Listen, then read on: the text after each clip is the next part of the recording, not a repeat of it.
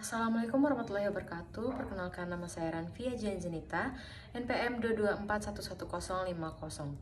Baiklah, dalam kesempatan ini saya akan mempresentasikan sebuah topik penting dalam dunia penelitian, yaitu variabel. Variabel merupakan salah satu konsep dasar yang esensial dalam setiap studi ilmiah. Pertama-tama yaitu, apakah variabel? Variabel adalah elemen yang bisa berubah atau diukur dalam suatu penelitian. Secara sederhana, variabel adalah sesuatu yang dapat berbeda-beda dari satu subjek penelitian ke subjek lainnya. Dalam penelitian, variabel digunakan untuk mengukur efek, hubungan, atau perbedaan. Kemudian ada jenis-jenis variabel. Yang pertama itu variabel independen.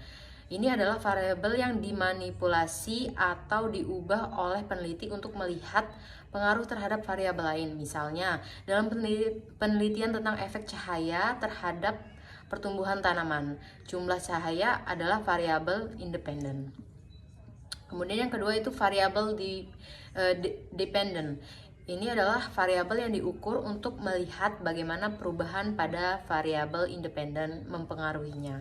Jadi variabel independen yang pertama itu dilihat apakah dia melakukan perubahan pada variabel apakah dapat mempengaruhi variabel dependen.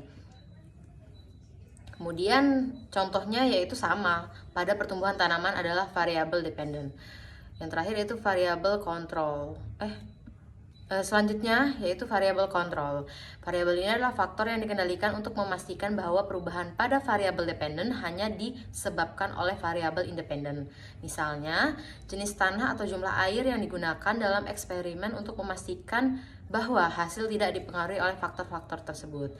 Selanjutnya yang terakhir itu variabel pengganggu, atau variabel yang faktor yang tidak terkontrol dapat mempengaruhi hasil penelitian dan menyebabkan hasilnya tidak akurat.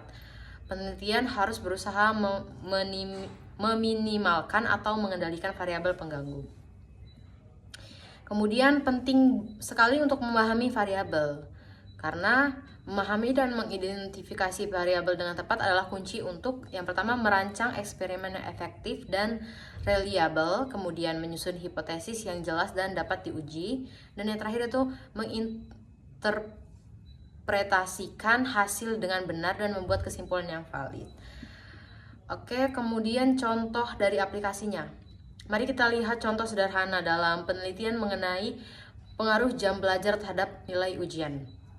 Variabel independennya adalah jumlah jam belajar, sementara variabel dependennya adalah nilai ujian yang diperoleh. Variabel kontrol bisa termasuk jenis materi yang dipelajari serta kondisi lingkungan saat belajar. Jadi dari kesimpulan materi yang baru saja saya jelaskan, yaitu memahami variabel dengan baik adalah fundamental dalam penelitian. Ini tidak hanya membantu dan merancang penelitian yang solid, tetapi juga dalam memastikan bahwa hasil penelitian dapat dirancang, dipercaya, dan diterapkan dengan benar. Dengan pemahaman yang mendalam tentang variabel, kita dapat meningkatkan kualitas penelitian dan kontribusi ilmiah kita. Baik, mungkin itu saja yang bisa saya sampaikan. Terima kasih atas perhatiannya. Apabila ada pertanyaan, bisa kalian tanyakan di kolom komentar. Semoga presentasi ini bermanfaat bagi kita semua. Terima kasih. Wassalamualaikum warahmatullahi wabarakatuh.